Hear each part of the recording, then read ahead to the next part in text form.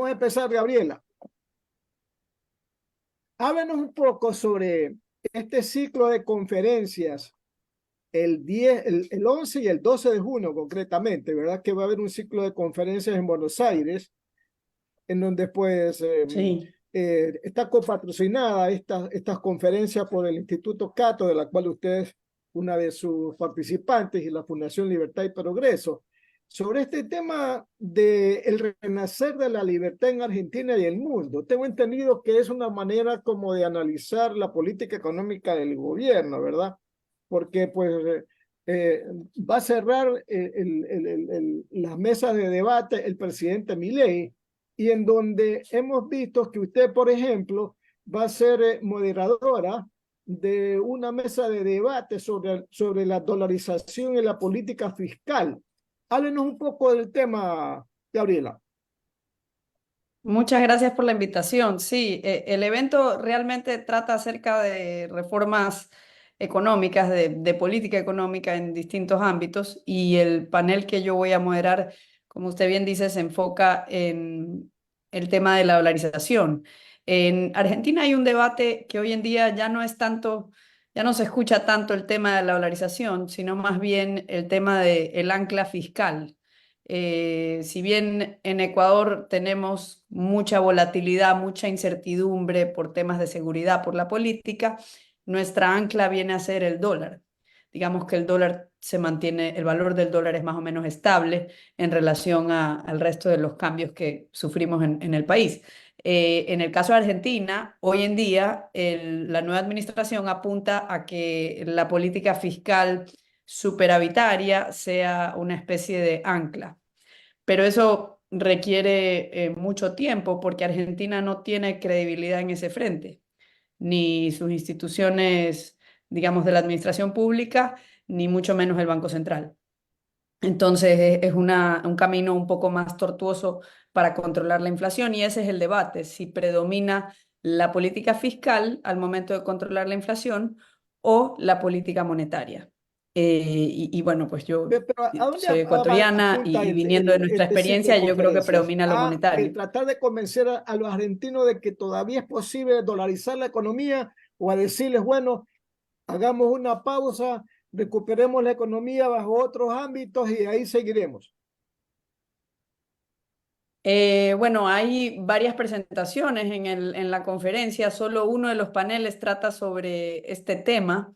Hay uno que trata sobre reformas en el ámbito de salud, otro que trata de reformas en el ámbito de la seguridad social, otro que tiene que ver con política tributaria. Es un panel muy, digamos, una conferencia muy amplia de 2 días completos. Pero digamos, el panel puntual, tenemos como invitados a Emilio Campos, que iba a ser había sido anunciado como el futuro presidente del Banco Central si ganaba Milei. Alrededor de octubre, antes de que ganara la presidencia, se apartó, digamos, no se sabe por qué, y entró Luis Caputo y Bausili al Banco Central. Entonces, en el panel va a estar Emilio Campo, que escribió un libro sobre cómo dolarizar Argentina con Nicolás Kachanowski, y también va a estar en el panel el profesor Lawrence White de la Universidad George Mason, que es un académico del Instituto Cato. Él es conocido a nivel internacional por proponer el modelo de la banca libre. Y es un historiador económico también que ha publicado sus investigaciones acerca de cómo funciona la banca libre y tiene que ver pues con la dolarización, porque el complemento natural de la dolarización es tener apertura financiera, que es lo que, digamos, lo que nos falta en Ecuador. Gabriela, esto de que Milei pues ganó las elecciones, entre otras cosas, prometiendo que iba a dolarizar la economía, y ahora ve la realidad, y no es que ha cambiado de criterio, sino que se están modificando las propuestas, ¿verdad? Eso no pasó tanto, eso también pasó en el Ecuador, no fue fácil tampoco dolarizar la economía. Eso significa en todo caso que este es un esquema económico que tampoco cualquier país lo puede hacer, ¿verdad? No, a ver, no lo había pensado, pero ahora que usted lo dice, es al revés, porque en Ecuador tenemos el caso de un presidente, Maguad, en el caso particular de Ecuador, que nunca hizo campaña diciendo que iba a dolarizar. Nunca es que, digamos, era particularmente a favor de ese esquema. Fue una medida de salvavidas en un momento de turbulencia extrema. Quizás la tomó incluso sin mucha convicción o entendimiento de lo que estaba haciendo. Los actores, los principales actores de ese momento cuentan pues que se enteraron por televisión. Incluso miembros del directorio del Banco Central del Ecuador se enteraron como el resto de los ciudadanos a través de un anuncio televisivo. Entonces, fue hecho por un presidente que no había prometido hacerlo. Más bien al contrario, alguien que parecía ser totalmente a favor de las recetas usuales, de, digamos, de intentar distintos tipos de políticas cambiarias. En el caso de Argentina es al revés. Este presidente prometió hacerlo. Y lo que sucedió es que se ha apartado de la propuesta, ya no la menciona, habla de competencia de monedas. Sin embargo, es difícil ver en qué momento se dará eso con el plan que tienen actualmente, porque no solo tiene que ver con dolarizar la economía, sino levantar los controles cambiarios. Los argentinos ahorita tienen que pagar costos de transacciones muy altos para tener acceso a dólares. Eso sigue en pie. Gabriela, y nosotros acá seguimos todavía con un banco central cuando en otras partes dicen que en dolarización no puede existir un banco central, es irracional. La verdad que no es necesario, es un costo adicional y además en un país con la institucionalidad que nosotros tenemos, inserta un nivel de incertidumbre que no debería existir en dolarización. O sea, ¿qué manera de demostrarle a la gente que estamos realmente comprometidos con la dolarización que eliminar el instituto emisor? Porque fíjese que tenemos un banco central que tiene en la Constitución el poder de emitir moneda de poder liberatorio. Eso está en la Constitución del año 2008. Y no ha habido pues la voluntad política de hacerlo porque sería como cometer un suicidio político, el político que pretenda hacer eso e imponer esa moneda. Rafael Correa lo intentó en el año 2015 con el dinero electrónico y tuvo que retractarse y hacerlo de aceptación voluntaria. En la práctica, esa moneda que emitió el Banco Central, el dinero electrónico, compitió con el dólar y perdió porque casi nadie lo aceptó.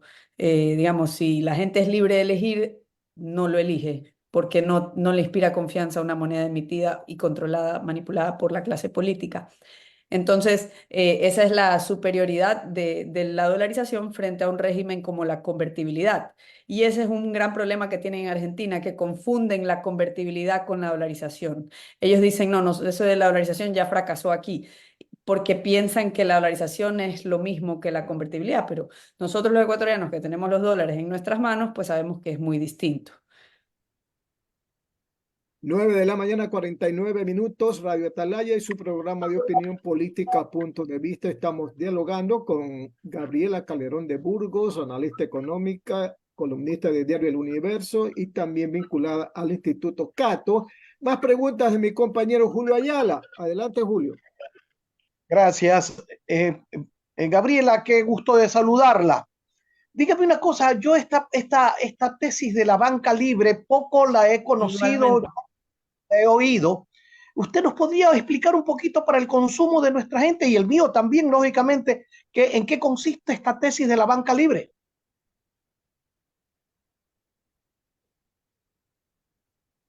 Bueno, hay un debate entre los que son partidarios de la banca libre y los que son partidarios de lo que es conocido como la banca Simon. Esto está recibiendo un poquito más de atención porque el presidente argentino habla de la banca Simon. Esto viene de la escuela del profesor de economía español Jesús Huerta de Soto y sostiene que los bancos deberían tener un respaldo de 100% para, digamos, no encaje fraccionario, como es en casi todas partes del mundo hoy en día.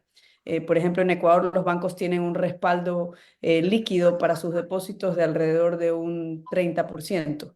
Eso es altísimo comparado a otros sistemas, porque aquí pues hay, digamos, mucho riesgo percibido de operar en el sistema financiero ecuatoriano. Pero digamos, la banca de encaje fraccional lo que permite es que los actores de la banca creen dinero y de hecho crean la mayor parte del dinero. Por eso es que hay confusión con el sistema de la dolarización cuando se habla de que faltan dólares. Cuando antes de dolarizar en Ecuador se hablaba de que no teníamos los dólares para dolarizar, que es calcada a la discusión que se tiene en Argentina actualmente, de que Argentina no tiene los dólares para dolarizar. Lo que se ignora, pues, es que, digamos, la mayor parte del circulante lo crean los bancos a través de las operaciones de la creación de depósitos. Entonces, eso es el sistema de encaje fraccional, y con el sistema de la banca libre, pues lo que sucedía, y esto ya ha existido, incluso existió en el Ecuador, allá por el año 1900, aproximadamente durante 20 años, Urbina Jadó era, digamos, el dueño del banco más importante que emitía billetes de circulación de curso legal, y lo que había era competencia de monedas emitidas por distintos bancos. Algo así existe en Hong Kong hasta el día de hoy, también existió en Escocia, y básicamente lo que es que el Estado no es el emisor de dinero, sino que los distintos bancos privados son emisores de dinero, y la gente es libre de elegir qué moneda le inspira más confianza. Entonces ese es Pero, el sistema de la banca libre, pero tiene que ver también con encaje fraccional, no encaje 100%. pero esto de que los bancos generen dineros con sus propias características y sus propias señales, ¿hasta qué punto debe tener un respaldo? ¿Qué tipo de respaldo tendrían los bancos al respecto?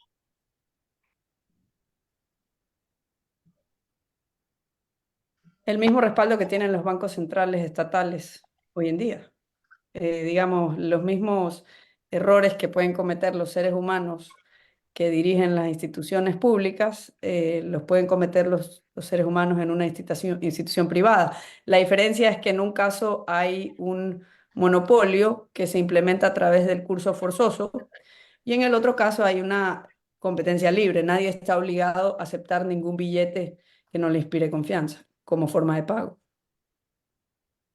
Pero esto podría generar, por ejemplo, porque ya lo vivimos allá por los 900, cuando usted hace referencia de Urbina Jado, de que los banqueros pasaban a tener un poder extraordinario porque podían emitir billetes. Bueno, lo que sucedió en ese caso, y Guillermo Arosemena, uno de los principales historiadores de esa época aquí en el Ecuador, ha escrito un libro sobre eso. Lo que pasó en esa época, pues, es que había una presión constante de la administración pública para que los bancos emisores financien el gasto público mediante la monetización de los déficits fiscales. Es decir, los políticos gastaban más de lo que les ingresaba, y para cubrir la diferencia presionaban a los bancos emisores: oye, emite más billetes para yo poder pagar estas cuentas. Y ahí lo que empezaba a darse era, ahí empezaban los problemas, ¿no? O sea, los problemas venían por parte de un problema que nos ha acompañado a lo largo de la historia. Linda Alexander Rodríguez ha escrito un libro acerca de las finanzas públicas del Ecuador que llega hasta 1940, y eso es lo que se ve, pues que hay una constante en las finanzas públicas, y es que se gasta más de lo que ingresa, y eso ha contagiado al sistema financiero, sobre todo cuando no teníamos moneda que no sea, o sea, sobre todo cuando teníamos moneda estatal de curso forzoso. Y entonces los periodos donde ha habido más estabilidad en los precios ha sido a principios de los 1900, que fue aproximadamente de 15 años, y ahora estamos viviendo en el periodo más largo de estabilidad monetaria en la historia republicana del Ecuador, que son los 24 años de dolarización. Gabriela, ¿tiene algo que ver este sistema de banca privada? ¿Tiene alguna relación con la famosa moneda virtual, el Bitcoin, por ejemplo? Pues, o sea, el Bitcoin lo que tiene que ver es que son monedas que no son controladas por autoridades estatales. Y tiene que ver también que son monedas que no tienen el monopolio en ningún territorio. Es decir, nadie está obligado a utilizar esas monedas en ninguna parte del mundo, excepto El Salvador, por la ley que emitió el presidente Bukele. Digamos que convierte al Bitcoin en una moneda que uno está obligado a aceptar como forma de pago. Si alguien te quiere pagar en Bitcoin en El Salvador, la ley te obliga a aceptarlo como forma de pago. Pero en el resto del mundo no, es una moneda que compite con el resto de las formas de pago. Gracias, Gabriela. Continuamos con usted, Gabriela. El Ministerio de Finanzas ha publicado hace poco un documento que lo ha denominado Plan Económico para este y el próximo año, en donde dice que está construyendo la política económica del nuevo Ecuador. Un gobierno cortoplacista, un gobierno que tiene poco tiempo, ¿cómo va a definir políticas a largo plazo si no arregla los problemas de los apagones, no arregla el problema de la deuda externa, no arregla el problema de la falta de inversión extranjera, no arregla el problema de la rebaja de la producción agrícola? ¿Cómo va a pensar en planificar el Estado, el país, la nación para los próximos años? ¿Es contradictorio eso o no? Sí, o sea, realmente hay cosas que son inevitablemente van a tomar mucho tiempo, que son demasiado ambiciosas para una administración de apenas 18 meses, como por ejemplo reformar y mejorar la institucionalidad en todo lo que tiene que ver con el sistema judicial. Eso va a tardar años. También va a tardar muchos años mejorar la calidad y el profesionalismo de las fuerzas públicas, que todo eso es prioridad ahora, pero vamos a tener que tener paciencia porque los resultados de eso tardan años. Pero hay cosas que sí requieren de atención hoy y ahora y que sí se pueden hacer en un periodo corto. Por ejemplo, la mayor parte de la deuda pública, o sea, si usted considera lo que hemos gastado en subsidio a los combustibles y en subsidio a las pensiones durante los últimos 10 años, equivale a casi 96% de la deuda pública. Deuda pública que nos tiene hasta el cuello porque casi no se puede hacer inversión pública y no se puede realizar otros gastos por el alto costo de financiamiento y refinanciamiento de esa deuda. Por eso tuvimos que acudir al Fondo Monetario para que nos preste para pagar obligaciones previamente adquiridas con el mismo fondo. Entonces, esto de aquí no es una receta para largo plazo. Sí es algo que se podría mejorar ahora si es que se abordara el tema de los subsidios a los combustibles de frente. Por lo menos eso. El tema de la seguridad social, que lo estaba tratando antes el invitado anterior, tiene que empezar a abordarse porque simplemente no hay recursos para atender esas obligaciones y cada que ingresan nuevas personas al sistema de pensiones, lo que están haciendo es incrementando el déficit actuarial, y, es decir, están cavando más hondo el hoyo. Y lo que se puede hacer es poner un antes y un después, como que detener la sangría de recursos del sistema, diciendo que las nuevas personas que ingresan al sistema pueden elegir entre un nuevo sistema de contribuciones, es decir, beneficios financiados por contribuciones y cuentas individuales de ahorro para la jubilación de cada trabajador. Es decir, un sistema que los trabajadores sean dueños de sus ahorros con su cuenta individual y que haya competencia entre distintos administradores de fondos de pensiones. Abrirle esa oportunidad a los nuevos trabajadores, lo cual va a ser un beneficio para esos trabajadores porque hace 5 años, leyendo informes actuariales, una persona de 27 años ya no tenía garantizado que iba a poder cobrar su pensión. Eso tiene que haber ido empeorando. Entonces, a las personas jóvenes que ingresan al sistema, para que no perciban esto como un impuesto al trabajo, tampoco los empleadores, lo que se les tiene que dar es la opción de elegir entre un sistema nuevo financiado con contribuciones definidas y el sistema anterior. Y los que ya tienen 10 o 12 años para jubilarse, pues lamentablemente no se les va a poder permitir el traspaso porque ya tienen demasiado invertido en el sistema actual. Y eso de ahí es una buena razón para pedir financiamiento, es un buen plan de reforma fiscal, no solo de reforma laboral, porque estás eliminando de esa manera algo que es percibido por los empleadores como un impuesto al trabajo formal, sino que también estás estimulando el ahorro en la economía, cosa que necesita una economía que ha sido tremendamente descapitalizada, porque los déficits lo que son es una destrucción de capital. Y para no seguir en este círculo vicioso de que más déficit, entonces tienen que cobrar más impuestos, entonces no llega la inversión y se desalientan las inversiones porque hay impuestos más altos. Entonces tenemos que parar la sangría. ¿Cómo se puede parar la sangría? Yo creo que eso sí se puede hacer en 18 meses. Eso se puede hacer en una semana. Lo que hay que tener es la voluntad política y la decisión, que es algo que en otras áreas el presidente actual sí parece tener, para detener de un solo golpe esas dos sangrías. Esas dos sangrías abren, liberan recursos del Estado para otras áreas, y no solo eso, sino que permiten reformar un sistema, pero reformarlo de verdad, no con medidas parche, para que después vuelva a saltar el problema. 10 de la mañana, 1 minuto, 10 de la mañana, 1 minuto, más preguntas con el ingeniero Andrés Mendoza. Ingeniero, usted continúe. Gracias, mi querido Alcides, y un gran saludo para la Calderón de Burgos. Oiga, me está acordando, Gabriela, antes de continuar, tengo que citarlo. Cuando se acuerda, venía Atalaya, pero al edificio de Atalaya en el centro, en la calle Rumichaca Vélez, donde estuvimos 55 años. Venía, oye, pero usted era igualita, venía con su papá, ¿no? Todavía creo que ni se casaba, Gabriela. Ahora entiendo que tiene hasta ya varios, 2 o 3 bebés, ¿no? Ahora, ¿cuántos hijitos tienes, Gabriela? Sí, cuatro hijos. Mira, pero me acuerdo, claro, y era igualita.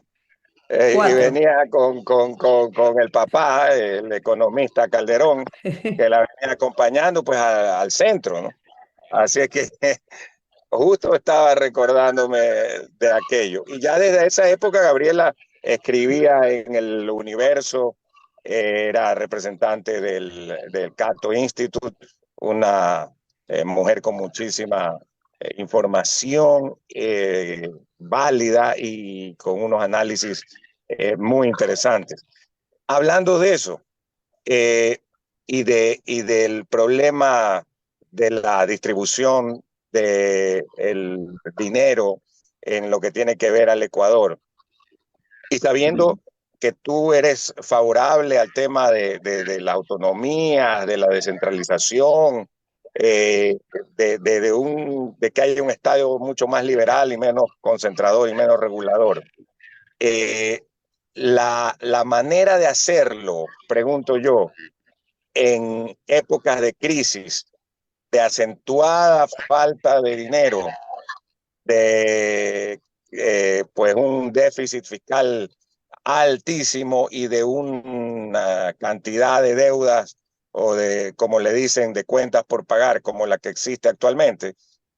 ¿Cuál es la manera de lograr esa desconcentración y esa descentralización financiera, que es lo que realmente necesitan los famosos denominados GATS?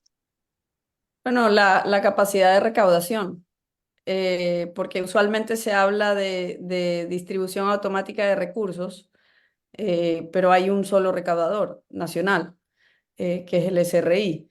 Y de ahí lo que se hace es un divorcio entre el costo político de cobrar los impuestos, a nadie le gusta el recaudador de impuestos, y digamos, el beneficio político de salir a distribuir esos bienes y servicios públicos, porque digamos que es un sistema clientelar dividido, ¿no? El sistema nuestro, básicamente tenemos a un presidente, un sistema presidencialista muy poderoso donde el gobierno central distribuye a los gobiernos de niveles inferiores los recursos, y de esa manera pues obtiene su, digamos, fidelidad de estos cargos políticos importantes a lo largo del territorio nacional. Y en otras épocas, recordemos la época de la Revolución Ciudadana, era más grotesco la manera en que se favorecía a ciertos municipios en la repartición versus otros. Y eso de ahí es uno de los problemas o peligros de un modelo unitario centralizado. Y lo que sucede después es que el gobierno descentralizado local gasta lo que le distribuyó el gobierno del centro, pero no tiene que incurrir en el costo político de cobrarle a sus vecinos los impuestos para realizar ese gasto. Entonces, ¿cómo se podría hacer? Bueno, yo creo que algo como el subsidio de los combustibles o algo como la seguridad social son problemas en los que difícilmente nos vamos a poner de acuerdo. Yo sostengo que en Ecuador hay dos consensos: el apoyo a la selección nacional de fútbol y el apoyo a la dolarización. Fuera de esas dos Totalmente. cosas, Esas dos cosas nos fuera de unen. esas dos cosas, creo que no nos podemos poner de acuerdo en prácticamente nada. Y está bien. Creo que podemos vivir en paz y desactivar potenciales conflictos si es que decidimos dividirlos. Entonces, un problema como el subsidio a los combustibles o como las pensiones podría ser derivado a gobiernos regionales o locales. Incluso se pueden, en casos de municipios muy pequeños, se podrían asociar para el tema de la seguridad social. Y la derivación tiene que ser completa. Tú derivas la competencia, derivas las obligaciones que tiene hoy adquiridas hasta el día de hoy el Seguro Social respecto de los afiliados en el cantón Guayaquil, por ejemplo, y derivas también la capacidad pues, de recaudar esas contribuciones. Derivas el paquete completo y se deriva igual a otros municipios del Pero país. ¿quién lo recauda? ¿Municipalmente o provincialmente? Es que puede ser a niveles de los municipios y entre municipios se pueden asociar, porque lo lógico es que hay municipios como la región metropolitana de Guayaquil, que puede, digamos, naturalmente, por cómo la gente se mezcla en el trabajo y en el día a día, puede asociarse con Durán y con Daule y formar una región autónoma de administración de seguridad social. Y en esa región autónoma pueden adoptar reformas que tal vez aquí sean apoyadas, que no sean apoyadas a nivel nacional. Y alguna otra región quizás decida continuar con el mismo sistema, pero a nivel local.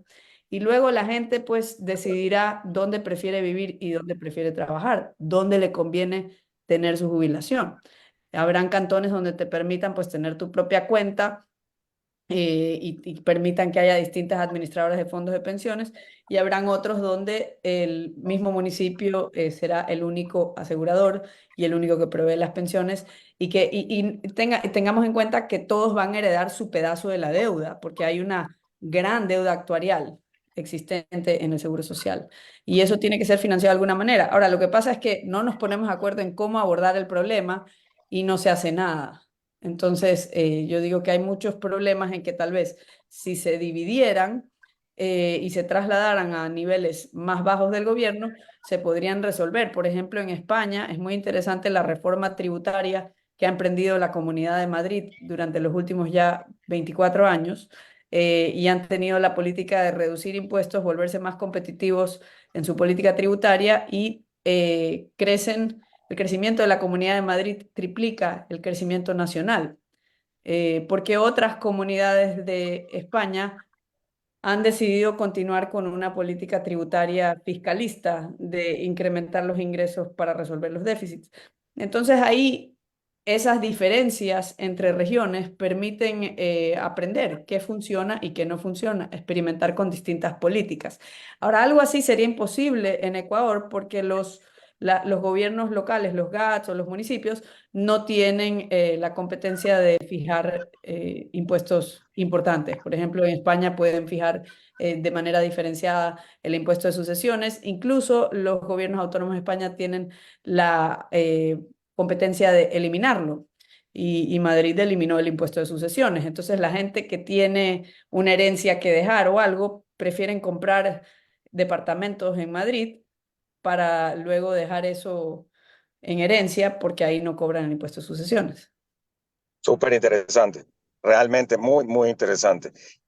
Voy a ir con el licenciado Julio Ayala, pero aquí aprovecho el tema de España y porque Julio en esto pues es un luchador de muchísimos años. Aprovecho el tema de España porque también se cita mucho lo que tiene que ver con la comunidad catalana, por los que están en contra de estos sistemas de descentralización profunda, de autonomía federales, y dicen, en Cataluña gastan el doble, es donde más deuda hay, y entonces no funciona el sistema autonómico porque mira el caso de Cataluña, el Estado tiene que asumirle la deuda y tiene que gastar, la gente tiene que tributar más, etcétera, etcétera. Entonces se lo dejo a Julio para que continúe con esta interesantísima charla a un año de que han asumido las nuevas autoridades seccionales, alcaldes, prefectos y presidentes de juntas parroquiales, sus funciones en el Ecuador. Gracias, Andrés. Sí, efectivamente de que muchos los antiautonomistas dicen, mira lo que pasa en Cataluña, mira lo que pasa en el País Vasco, que lo que pasa en la propia Argentina, donde los las provincias argentinas gastan mucho más, se endeudan más y luego tiene que el gobierno central asumir esas deudas. Indudablemente, pero eso se puede regular. Eso es cuestión de regularlo. Eso no es cuestión de que, ay, qué pena que ellos gastan más. No tienen que gastar lo que la ley les pueda permitir. Pero hay una cosa que me parece una bellaquería, que yo no lo puedo entender con autonomías o sin autonomía. Por ejemplo, que cada provincia recaude sus impuestos y tenga que mandárselos a Quito para que después regrese tarde, mal o nunca, como ahora, que el gobierno central le debe a los municipios, a los consejos provinciales, a las juntas parroquiales, más de 1.400 millones de dólares. Eso es correcto, mi querida Gabriela, es correcto que trabajemos así, de esto de mandar para allá para que después regrese. ¿No le parece que es un acto hasta sin nombre el hecho de este centralismo tan tonto que ha atrasado tanto al pueblo? Es que realmente es como generar un divorcio entre los que implementan la política pública a nivel local y el costo de esas políticas, porque el costo es la cuenta que te viene después de los impuestos, ¿no? O sea, todo el mundo está festejando y celebrando cuando están aparentemente regalando todo tipo de subsidios y servicios desde el gobierno central. Pero a la hora de que te pasen, digamos que llega la hora de pagar la cuenta, ya ahí la gente no está tan contenta. Entonces, ¿qué es lo que sucede? Que a nivel local se gasta alegremente, se recauda a nivel nacional y a nivel nacional hay la tentación de abusar de ese poder, de ser el que parte y reparte. Entonces, digamos, una de los principales triunfos a lo largo de la historia del liberalismo es desconcentrar el poder, porque toda concentración, somos seres humanos y a todos nos tienta, pues, cuando nos encontramos con ese poder concentrado, abusar de ese poder. Entonces, si lo desconcentramos, se anulan entre sí los distintos bolsillos de poder. Entonces, la idea sería agregar una capa adicional de protección, una capa adicional que proteja el crecimiento por inercia del gasto público, sería que esté descentralizada la recaudación de impuestos. Es decir, que no sea, primero, que no exista una cuenta única, segundo, que no exista un solo recaudador, sino que haya, como hay, por ejemplo, o sea, un modelo federal menos pervertido sería el de Estados Unidos.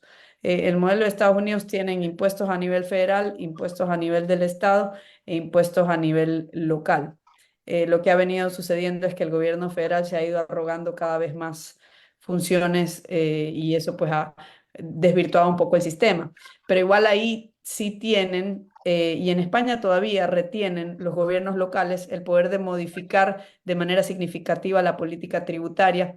Y por eso leemos las noticias en ambos países de cómo empresas grandes toman decisiones de reubicarse desde una región hacia otra o desde un estado hacia otro. Por ejemplo, Jeff Bezos acaba de pasarse hacia la Florida, Amazon estaba buscando dónde abrir una bodega y los estados se peleaban por ofrecerle el paquete más bonito, más atractivo en términos de política de beneficios tributarios. No se trata de ofrecerle beneficios tributarios a determinadas empresas, sino que de lo que se trata es de desatar las fuerzas de la competencia y de tener esta experimentación de diversas políticas para que la gente tenga mayores opciones, un menú con distintas alternativas. Puede ser que a alguien le guste vivir en una jurisdicción donde te cobran impuestos de 50% de lo que ganas.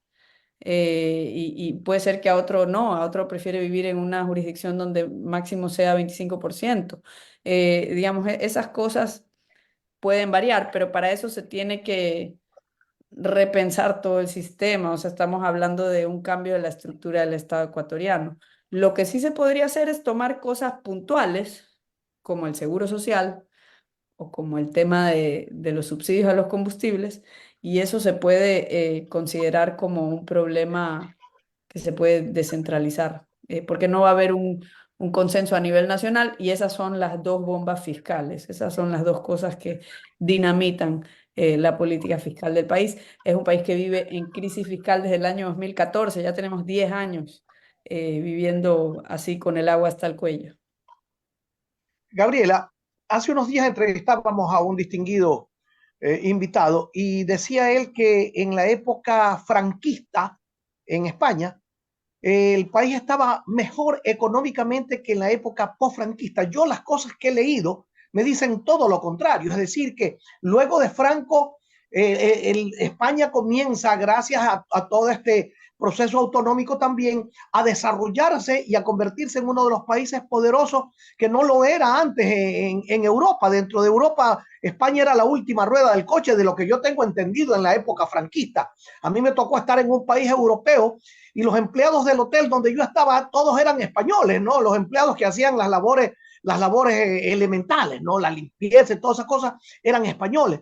Y yo digo, ¿es cierto que con Franco estaba mejor España o es después de la época de Franco que España mejor económicamente? Bueno, hay muchas reformas que se hicieron después del franquismo que abrieron la economía española a la competencia con el resto del mundo. Hubo una apertura comercial significativa. En abril, la Organización Mundial del Comercio cumplió 30 años, o sea que esta apertura no solo se dio en España, fue un periodo en el que se abrieron muchas economías alrededor del mundo. O sea, las exportaciones como porcentaje del PIB mundial pasaron como de 10% a 30%. Entonces, los países que se abrieron al comercio en ese momento tuvieron grandes ganancias y uno de esos fue España. También hay las reformas a nivel de la Unión Europea en que se integraron los mercados laborales y también se eliminó la peseta, que generaba mucha incertidumbre. España era un país de alta inflación de manera perenne y ellos están, como nosotros, de cierta manera dolarizados, solo que en el caso de ellos están euroizados. Y el soporte detrás del nuevo euro, que es una moneda relativamente nueva, que empieza a circular en el año 2000, el soporte era el prestigio o la credibilidad del marco alemán, el Banco Central de Alemania. Y entonces como que la apertura comercial, la estabilidad monetaria, producto de una euroización de todo el continente, la eliminación de fronteras para el mercado laboral, el intercambio no solo de bienes, sino de trabajadores, de fronteras abiertas, no solo para el trabajo, sino también para la educación en toda la Unión Europea, pues claro que todo eso ayudó a España, pero no solo a España, sino a Portugal, incluso a Grecia. Y Grecia hoy en día es, luego de todos los problemas que tuvo entre 2008 y 2015, es una de las economías que más rápido crece en la Unión Europea. Pero ciertamente que España, cuando sale del franquismo, se beneficia de todas estas reformas que se estaban dando en el mundo y en el continente europeo. Gracias, Gabriela. Ya para agradecer a Gabriela Calderón por haber estado con nosotros y analizar varios puntos de interés económico del país, también internacional. Gracias, muchas gracias, Gabriela. Que le vaya muy bien. Gracias a ustedes.